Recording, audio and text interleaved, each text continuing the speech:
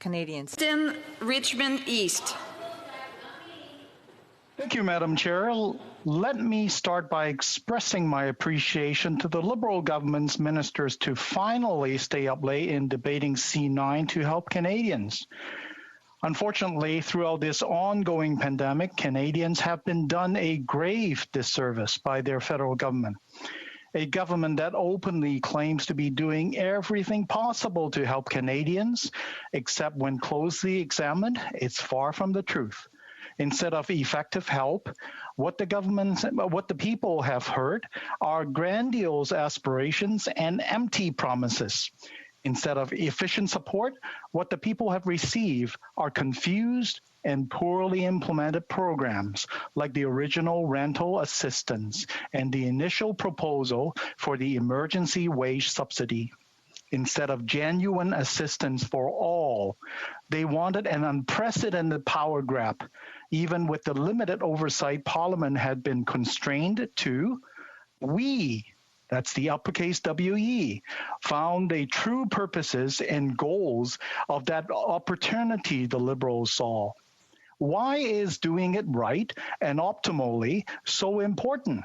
Why is focusing in the future not enough to let us forget about the untrustworthy past?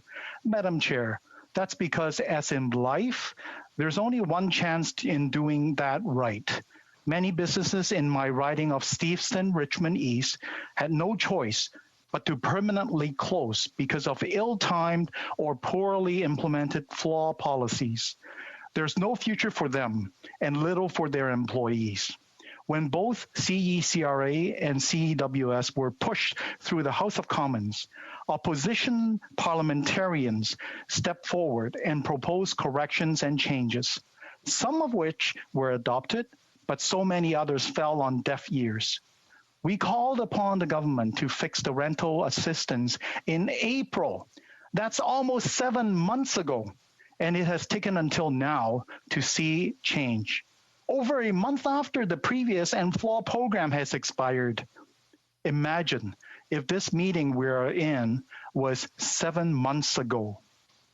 The Conservative has been advocating for incentives to help Canadians get back to work for equally as long. And we've brought solutions to the table to help small businesses, the backbone of our economy.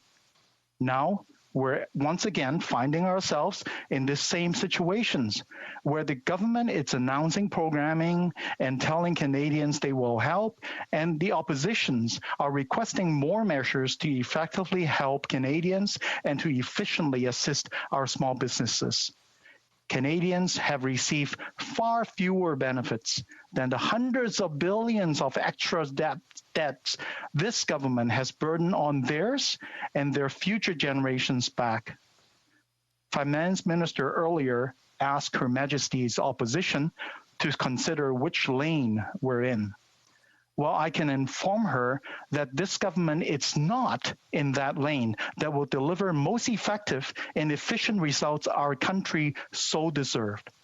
In addition to traffic navigation, tonight Finance Minister also wanted to teach us lessons in finance and philosophy.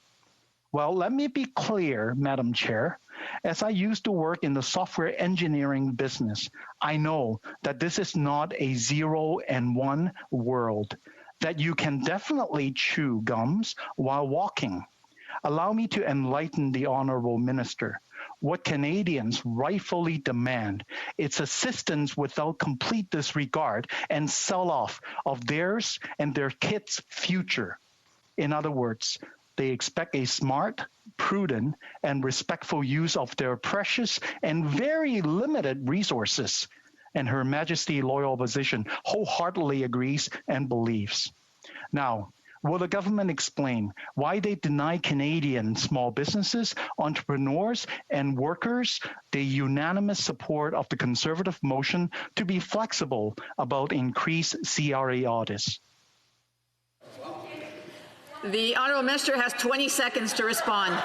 Well, since the Honourable honourable member started talking about working late, I'm really looking forward after this debate to join the virtual trade mission that I have going to Korea in another room here till to sort of middle. But